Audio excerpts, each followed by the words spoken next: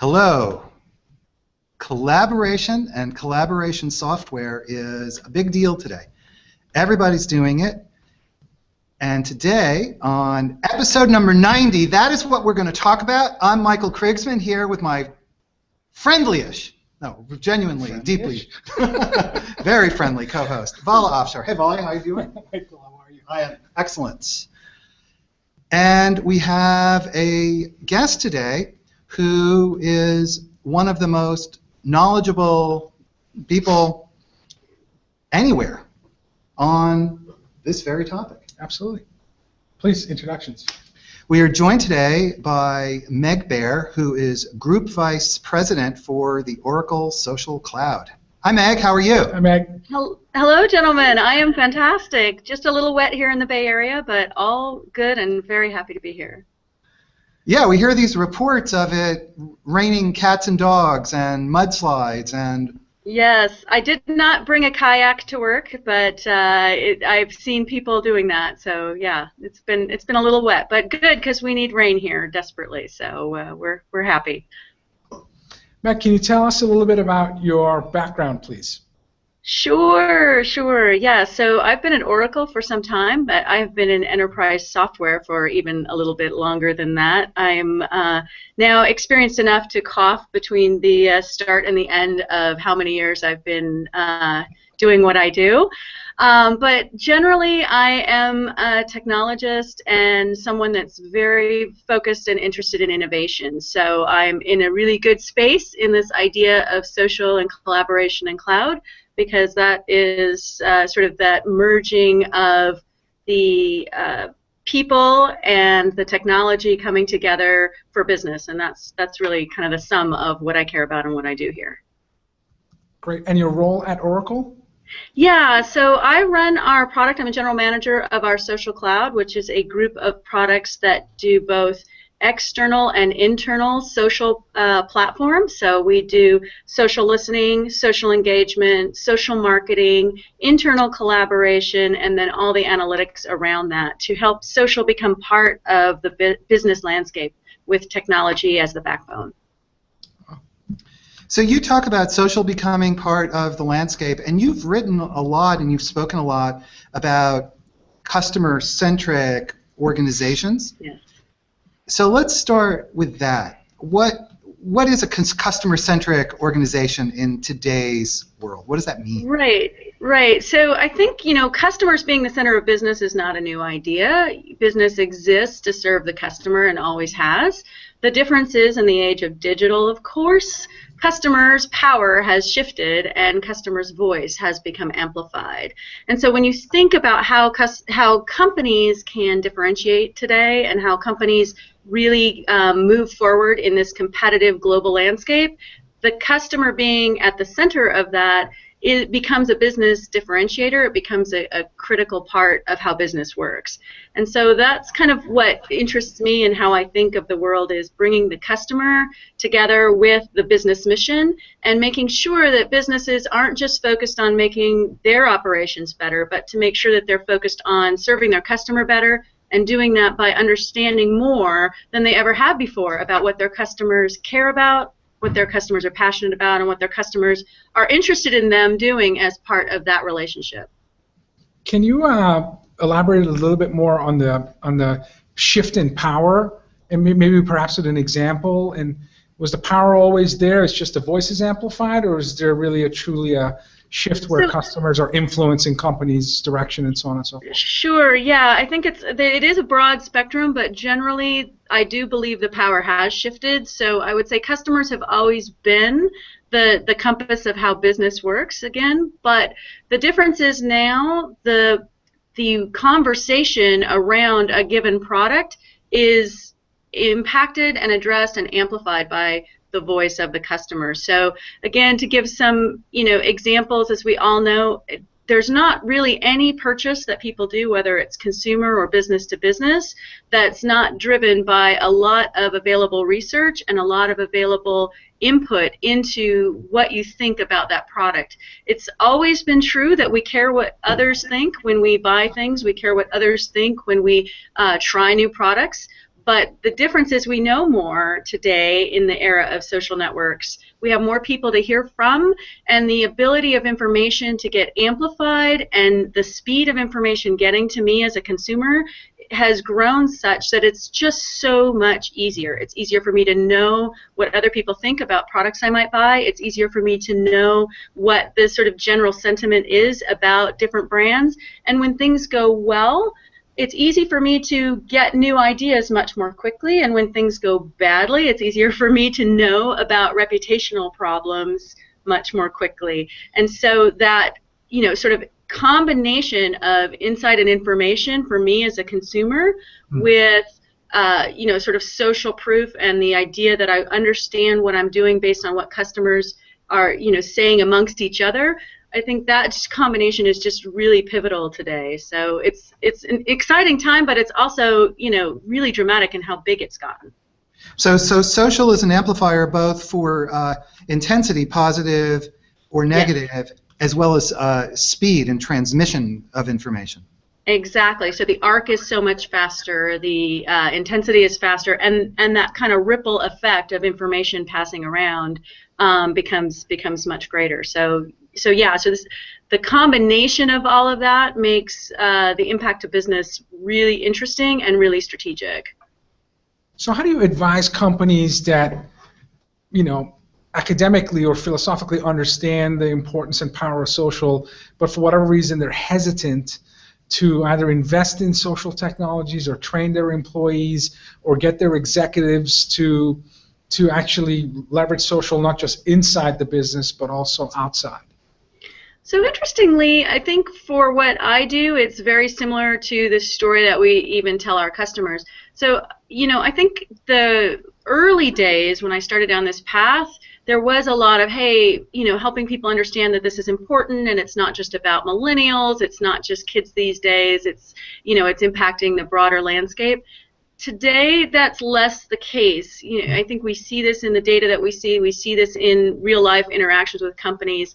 The question of whether companies need to be social really is not coming up anymore. We understand this, we think about this, and it's, it is at a board level understanding, so everybody understands that. The question really today is, where is that and how is that impactful for your customer journey? In other words, just spinning up a social media group to respond on your social channels, it's a great idea, don't get me wrong, you should do that, but if that's your definition of success, you're missing the opportunity to really serve your customer because you're just responding to your customer. You're not actually bringing your customer into your business. And so where we spend more time sort of strategically is helping businesses understand that if that voice of the customer can be heard and understood in a more structural way, you can do better things for your business. You can think about new products coming to market. You can think about how customers are responding to things on regional basis, on a local basis. You can have the kind of interaction with customers that feels much more personalized because it's much more direct and targeted, while simultaneously being much more material to your business. So again, where we see our customers interested and where we see them moving is bringing social throughout the business, throughout the life cycle, throughout the channel. And of course, that is more complicated because now you're talking about how business works. You're talking about organizational information about who's responsible for what and how they're measured in their different roles in the company.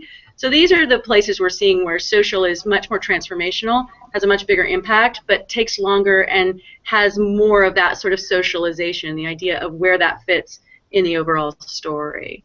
So Meg, when you talk about it this way, it goes beyond just marketing, because I think many of us tend to think of social as it's yet another marketing channel, and that's it. But you're talking about it in a much deeper way, aren't you? It seems. Yes, and that's why I like to think about it as customer centricity.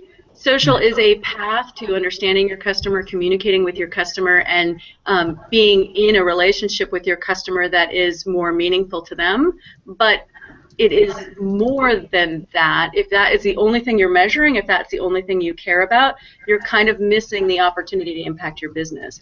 Where it becomes more strategic is if you start with customer centricity. Who is your customer? What do they care about? How do they want to interact with you? Of course, that's very important for marketing. To do a marketing function well, that's where you start. That's part of sort of 101 on marketing. But marketing is not the only group that impacts with the customer and has a touch with the customer. Service, PR, product development, right? I mean, that's where my heart and love is. If you don't know what your customer likes or dislikes or needs to do their business, how are you going to build them good products, right? So it becomes a much more sort of structural and embedded thing than just marketing. And so again, absolutely marketing, but if you're only doing marketing, you're missing what I'm talking about, which is relationship with your customer that serves them throughout the life cycle, through to advocacy and, sort of an ongoing lifetime value of that customer relationship.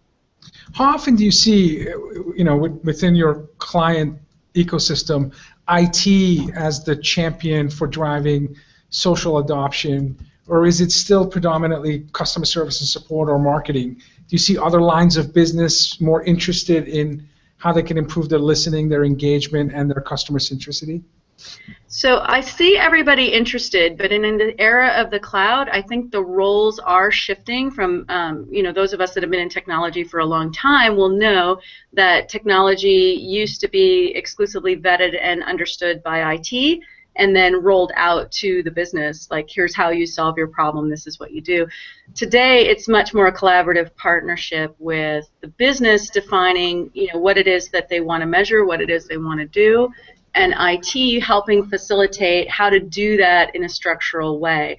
And I do see that we're at the point with the cloud where, again, we've gotten the low-hanging fruit, we've gotten the easy stuff, and now to get the real impact and the real benefit for business, IT has to be part of that picture to really bring that value all the way through the organization. And they're anxious to partner. And again, as you know, the skills that you need technology skills, you need, sort of long-term project planning skills, and you also need good data analysis skills so that you can get the broader insights from this and the long-term benefit. So IT is really bringing to the table a lot more than I think they were able to do in the early days of marketing and digital transformation in this particular space of social.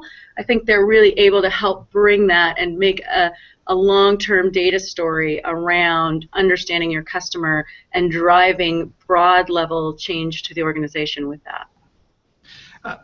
Meg, we have... So it's not easy.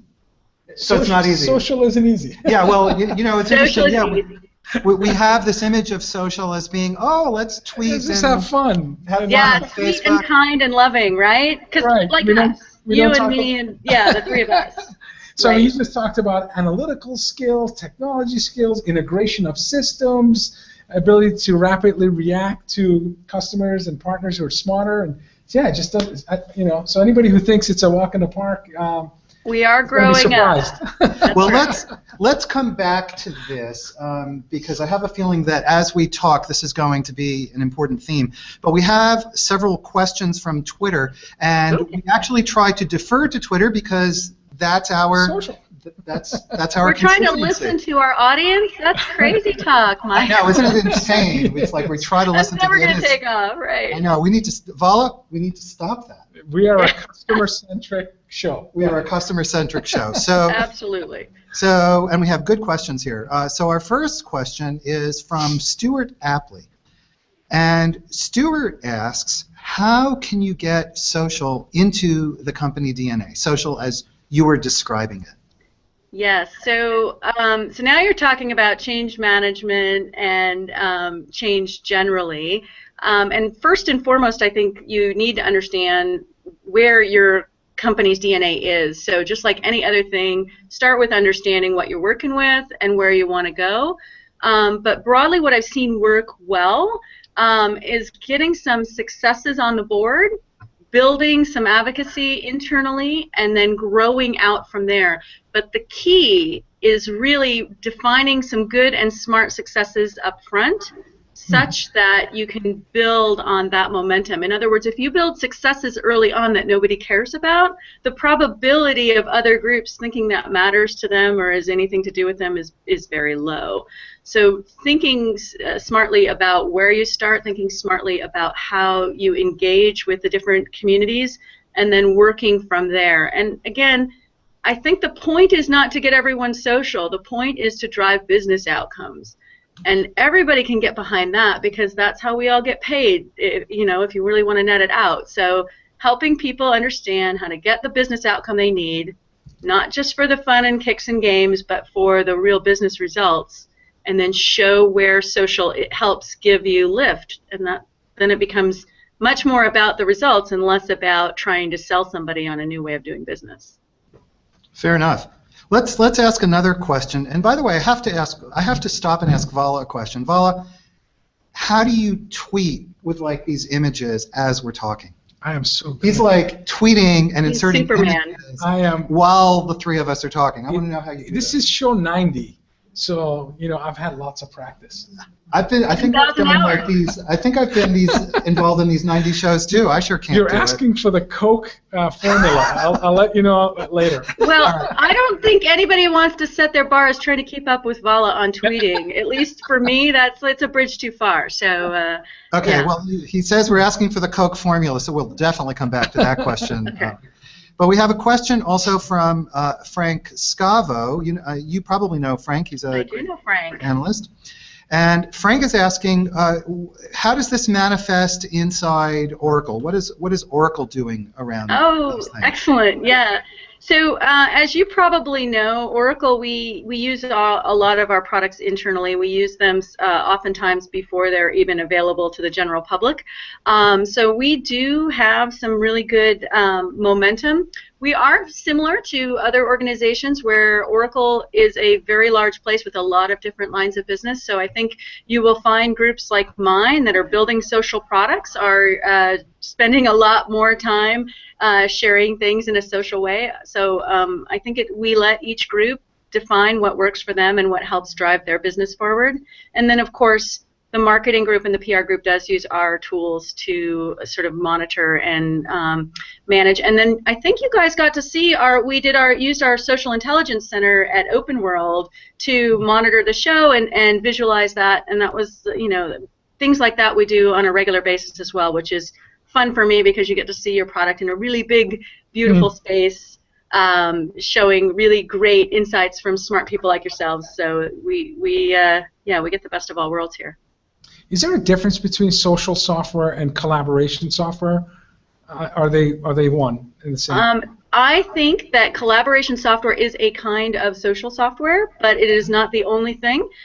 So I would look at it as, in the way we look at it from a product portfolio, is that our internal collaboration tools, our Oracle Social Network, is used for purpose-based collaboration amongst teams inside and outside the organization, and it's tied very closely to the business transactions that we serve with our enterprise portfolio. So you could be collaborating around a sales lead, you could be collaborating around a performance review. These are sort of known fantastic ideas around where collaboration comes in with transactions.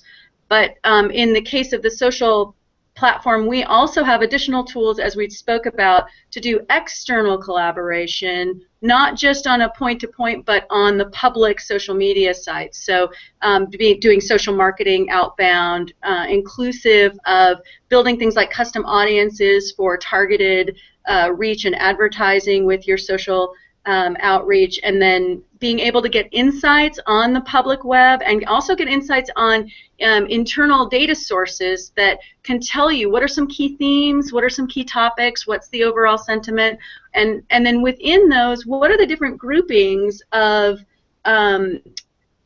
conversations that matter for the different groups. So there's going to be a group of discussions happening, we'll say on Twitter, that are maybe about product innovation, and you would want to send that to a different group than the ones that are about customer satisfaction issues or maybe something isn't working, versus the ones that are like, hey, we love your brand, everybody go team, right? Like all of those have different purposes, but the same technology underneath can help you drive that insight. So from the technology side, it's about understanding unstructured data very quickly, very smartly, and to be able to drive results and actions out of that. Some of that could be collaboration necessary. Some of that could be response management necessary. Some of that can be, hey, we need to build a plan around this. So is this a social operations center, or is this a community manager? Or is it a data scientist? That's a fantastic question. Yeah. So the answer is really all of the above, and I think that's where we see the transition happening in our business. So absolutely, community managers use our tools to respond on Twitter, on Google+, on Facebook, etc. So that is a very strong persona that we think about. But our tools also provide, sort of business insights and data analytics for complex, large-scale data inputs. The people that look at that could be business planning, that could be PR, that could be marketing, that could be customer service, when you want to look at it, the aggregate, and really understand. So there's multiple personas that interact with our software, and my theory, my understanding, and my prediction is that the number of personas is going to grow exponentially because the tools that we're talking about have relevance in a ton of contexts. We happen to be mining them for marketing purposes because that's what the market understands and is ready to use. But the technologies behind them have a tremendous amount of applicability and is just now starting to become unlocked for business. So I think that where we come from here is that the idea of taking large-scale data understanding and bringing that and driving insights from that is going to become very interesting and be used across a lot of different functions. Wow. So, Meg, collaboration is not something that is new in business. And so what changes, what does social and collaboration software change in terms of the interaction and driving business results? Why is it important? Mm-hmm. Yeah, I agree. I don't think that we're talking about a new thing from the human side, but what we are talking about is, again, scale and reach. So, the idea that to get work done, you may have to get along with others, and you may have to work with others, and you may have multiple roles interacting. That's not a new idea. As technology has improved, it's gotten easier. It's gotten easier to identify, who are the right people, and it's gotten easier to make that interaction real time. Like the idea of what we're doing here, doing a Google Hangout to have a conversation. That's new and interesting, but not really a new idea if you get right down to it. What's interesting is how many people can, or what's new is how many people can be part of it with us. The same is true for collaboration software. It is a amplification opportunity for something we've always done. And then where I think it gets smart and interesting is when you can help embed that into places people already do business. It's very similar to the iPhone is not new, right? Having apps was already available, having phones was already available, having music was already available, watching movies was already available. Putting them all together made travel in life easier, and adding a video and a camera, and those are all things that just started making it easier, and the combination became something bigger than it was at one time, even though we had all of the component parts. So I think that's what we're talking about here with collaboration and social technology, is we started with all the component parts, we started bringing the component parts together, we started putting them in with other things we were already doing, and now we're at the point where we can start imagining different things as outcomes. Sure. As a result of those building blocks finally getting mature enough and getting available enough and getting all the right people involved to become bigger than they were on their own.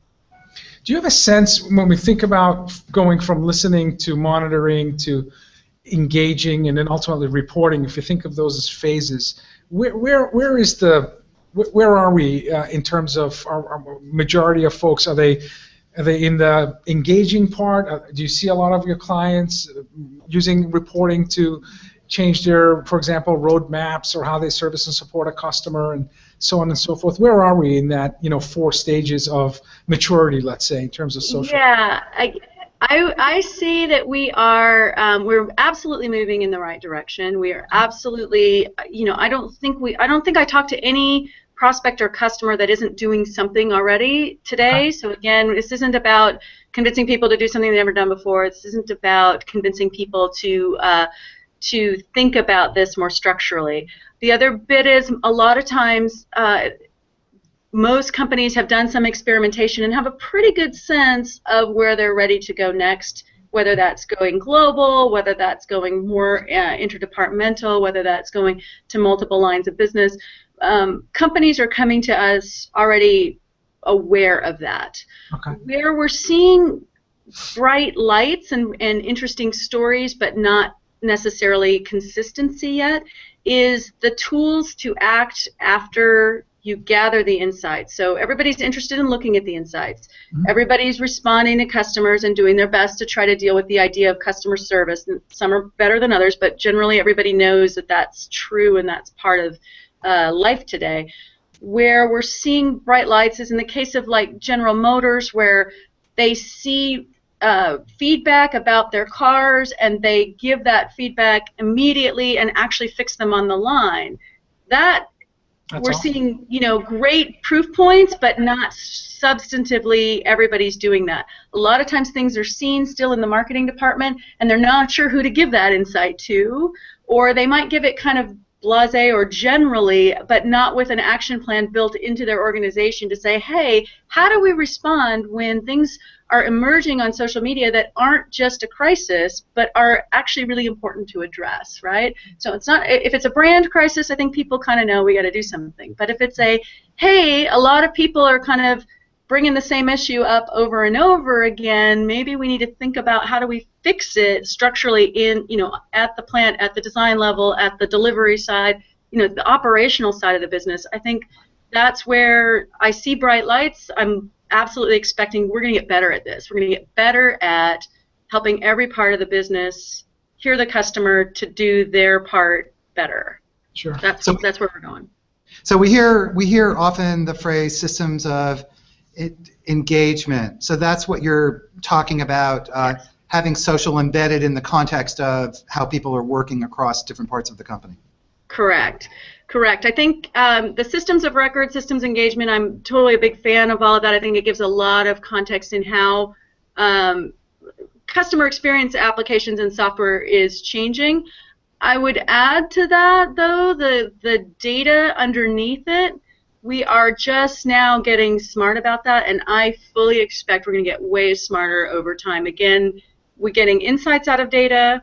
We're getting insights about broad themes, but we're also getting insights about individual customers. We're getting better at knowing how to target.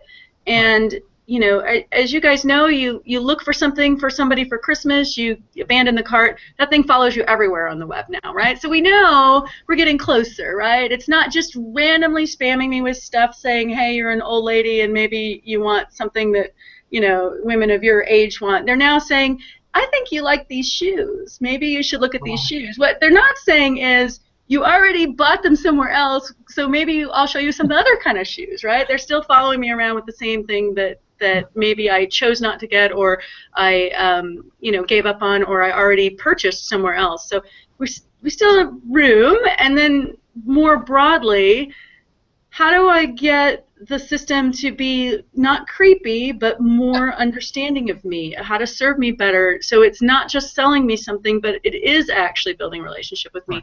Everybody's interested in this. We're going to get better. It's going to keep getting stronger because we're getting better handle on the data. And I just really have to say, systems of engagement, systems of record, those are all critical pieces, but that data foundation layer, watch that space. Good. Yeah, we had a chief digital officer who said, "You're not surfing the internet is surfing you." And, yes. And I guess you would need, Michael, strong correlation engines to be able to, once you identify a target persona, assuming you've done your market segmentation, your account segmentation, your buyer segmentation, whereby you're not recommending the same shoe, but you do know that it's a female buyer who likes to, buy high heel, and there's a comparable price promotion that we may want to But to have that level of sophistication integrated with social, because when I think about marketing automation and being able to use social analytics to, for example, lead nurture your contact and then feed that to someone like inside sales so they can action that sentiment that you just received. Do you see the customers not only investing in social, but making sure that marketing automation and CRM integration points are all there for that magical moment where you're actually creating value to a customer? Absolutely. I would say people are absolutely investing in this area. They know that there's multiple places that they can enter to get to this bigger solution, but without a doubt, people are thinking about it. And I would add, it's not just about popping up ads to show me other shoes, although, again, big fan of shoes, so let's make sure that's clear. It's also about giving me content that relates to things that I care about. It's also about, having that broader relationship of sharing ideas and other things. So it's everything that we think about in social and sort of building an engaging relationship with your customer, and everything we've always thought about, depending on our business, whether it's B2B or B2C, with advertising, and everything that we've always thought about with delivery, coming together and interweaving with that voice of the customer being the foundation, and the voice of the customer as represented in data to help you drive more interesting business analysis. What's working, what's not working, who are they, where are they? And remember that the lifespan of the data is changing as well. In the days, we started with enterprise software, the whole systems of record, the lifespan of your order or whatever, that's a very sort of known and manageable thing, but the lifespan of your cookie, that's what you browsed on this week, very different thing, and it's everything in between there that is part of understanding who what your digital identity is and how to interact with you again, and want to go on record in a non-creepy, value-added way. That's we're gonna get there. Yeah.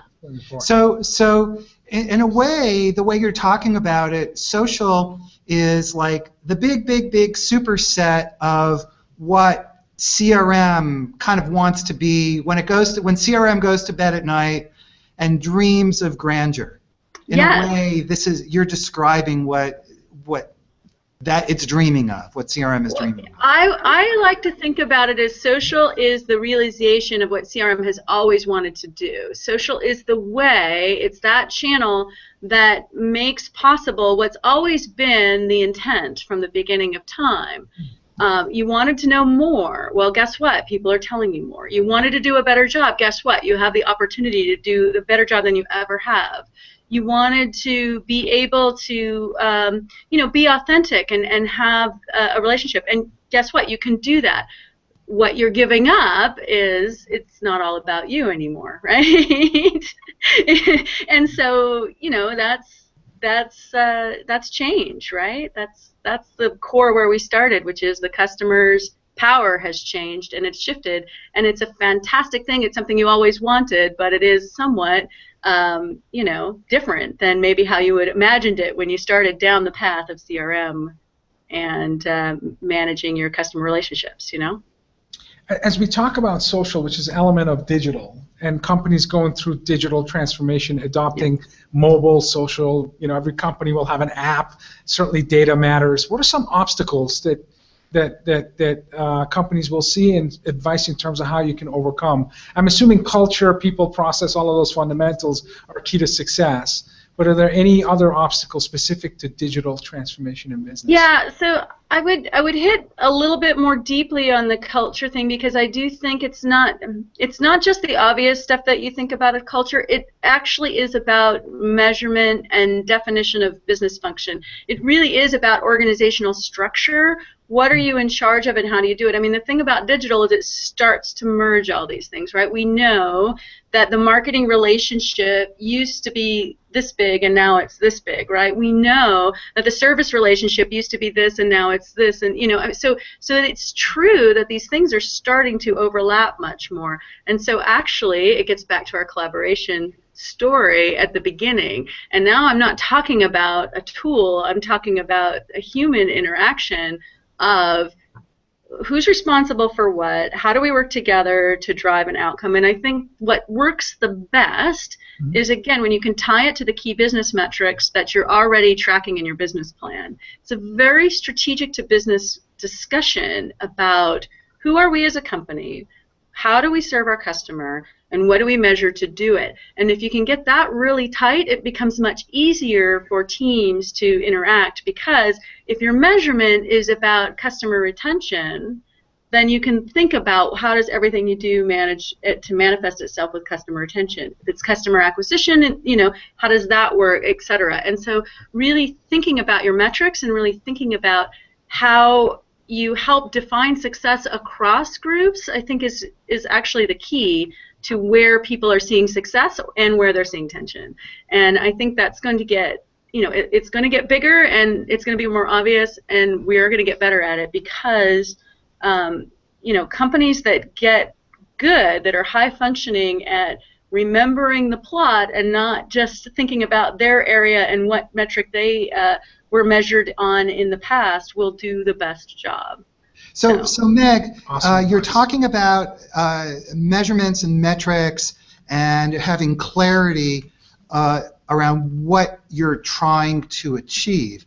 Let's use that to talk about this digital transformation buzzword, because digital transformation is kind of the, in a way, the broader business expression of a lot of the things that you were just talking about. So, Exactly. So what are your thoughts on that? Maybe let's talk about a little about this topic. Sure, yeah, and I love the way you said that. I think it's exactly right. It is how companies grapple with this idea, the idea that there's a whole bunch of new stuff, and how do we as a company make that new stuff strategic to our business plan and our business story.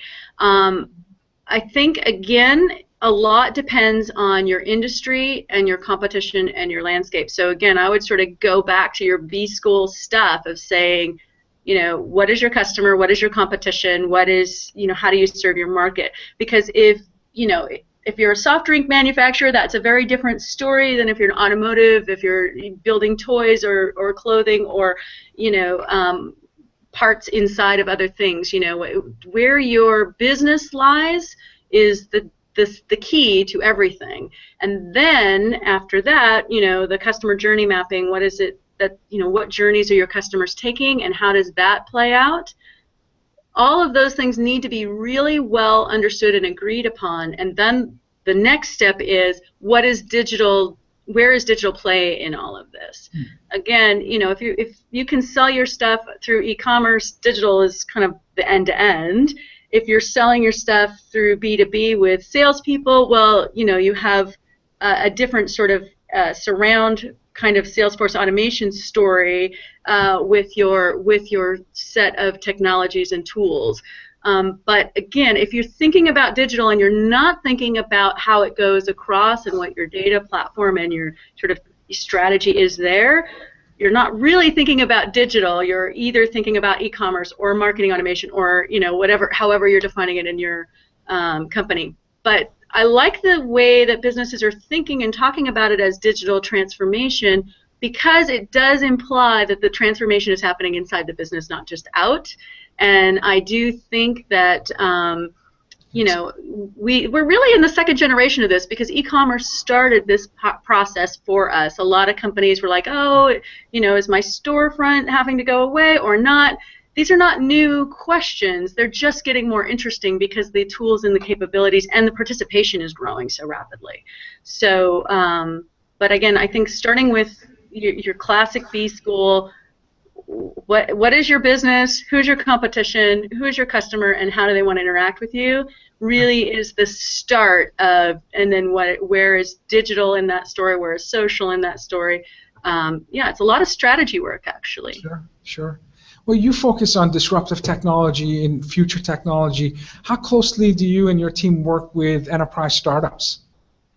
We do a little. I would say that, well, first off, remember my teams were startups, and my products came through acquisition. So that's been really nice for us.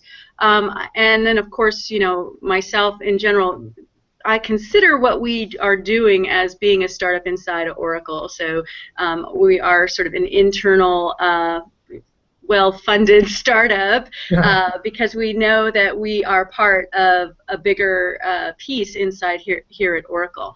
But within our Oracle Cloud, it's becoming much more interesting about the overall marketplace and the ecosystem that is available in our solution space. So a big change I think that's happened here at Oracle is our shift from, when we had to deliver products that were on-premise, it was a lot harder to say, well, just plug in with anything, because by the time they got to a customer site, the version they were on, the number of things they would plug into, the ability to make that a good customer experience was hard. And so while it wasn't, we always did it, we made sure that IT had a big piece of that and all the systems integration work and all of that.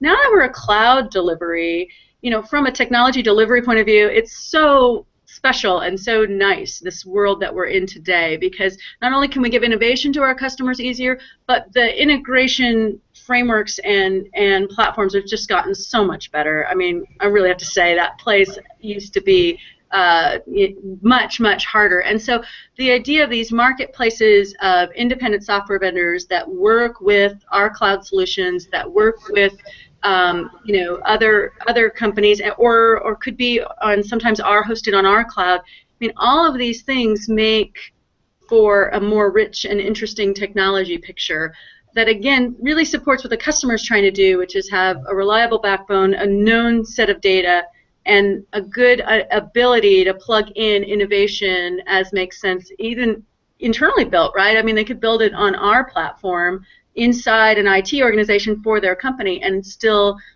bring that into our cloud. So I think that there's never been a better time to be innovative and to be building new products, because all of the big players are ready to work with all of the little players, and the customer really benefits. So from a technology provider point of view, it's a pretty good deal, I'd say.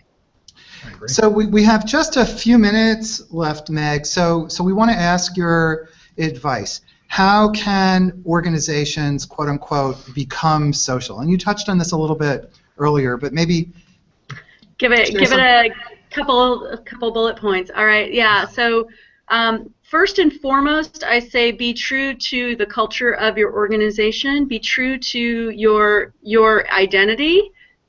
But think about how transparency and the value of the global voice can be part of what you are. So I feel like a lot of times people think, well, I have to share everything. No, if that's not your corporate culture, I don't actually think that's going to work. People are going to find that off-putting. If it is your corporate culture, then you should be able to use the kind of patterns that have been laid out there. But I think the benefit for all companies of getting your employees more engaged, getting your ecosystem more engaged, getting your customers more engaged as part of your business plan gives you a competitive edge that you really don't want to miss out on. So first and foremost, do it in a way that's going to work for your business, because if you're just going through the motions, everybody's going to know, and it's not going to work. Secondarily, think about where within your personal kind of corporate culture can collaboration and sharing of information and working together give you the biggest benefit. And then think about, what does that mean to your business plan? Where does that play in driving business results? That's awesome advice. And we can't leave without talking about women in technology and STEM. That is a fantastic topic. So could you share your thoughts on that? That could be 45 minutes, by the way. That could have been 45 minutes. And I apologize for thanks for waiting for the last minute. I know. I to bring up such an important topic. I'm not sure why you'd think I'd be interested in talking about women in technology, guys. I can't even imagine that. Yeah. So I'm a mother of 2 girls. I've been in tech for a long time. First off, I think that tech is a fantastic place for women. I think there's great opportunity. I think we need more women in the age of digital and the age of social even more, because we know social leans feminine, and we know that the idea of collaboration is, and having multiple points of view is important. So, as over 50% of the population, I think that we should be participating in this important shift in the world. So, if people are thinking about how they can be involved and they aren't sure that technology is for women, first and foremost, I say call me, because you should be here. And secondarily, I feel really strongly that this kind of ebb and flow of how women become part of the startup scene, how women become part of the venture scene, how women become part of the board and the C-suite scene, these are great conversations. We have a lot of room to grow, and the conversations are happening, so be part of it. So yeah, that's I could talk to you for an entire show on that, but I'm very passionate about it, and I think women need to be in tech. Tech needs women, and so definitely don't give up. It's important. Well, you've written wonderful blogs on this very topic. Thank you. So yes. I suggest that our audience definitely read your blogs, because you very passionately and empathetically articulate the importance. And as father of 2 daughters, 12 and 8, I'm certainly trying to encourage them to. I keep send your girls my way. Scientist. I'll give them some girl powers ideas for sure. Awesome. Well, thank you very much. Great, Michael. Great topic to end the show. Yeah, and we have been thrilled and honored to have Meg Bear, who's Group Vice President of the Oracle Social Cloud, joining us today on CXOTalk. And as always, this conversation, well, I hope you will come back again, Meg, and join us another time. Would love to. Thank you. Because these conversations go by too quickly. That was an incredibly fast 45 minutes. We could have talked just on that last topic for 45. So that is for sure. We underserved that last topic. We did. And I hope everybody will join us next week, when we will be having as our guest the Chief Marketing Officer of Schneider Electric. It's a huge company, Chris Hummel. And thank you for watching. And once again, thank you to Meg Bear. Thank you, Meg. And Vala, as always. Great show. We used to, Meg, at one point they set up a fist bump cam. But now there's no fist bump cam, so I'm not sure. Oh, there we go. awesome. Love that. A virtual fist bump. There we go. Okay. That's a first. That's All cool. right, that's that was good. cool. All right. Very cool. Very cool. All right. Well, this ends another episode number 90 of CXO Talk, and I hope you'll come back, and I hope everybody has a great week ahead. Bye-bye.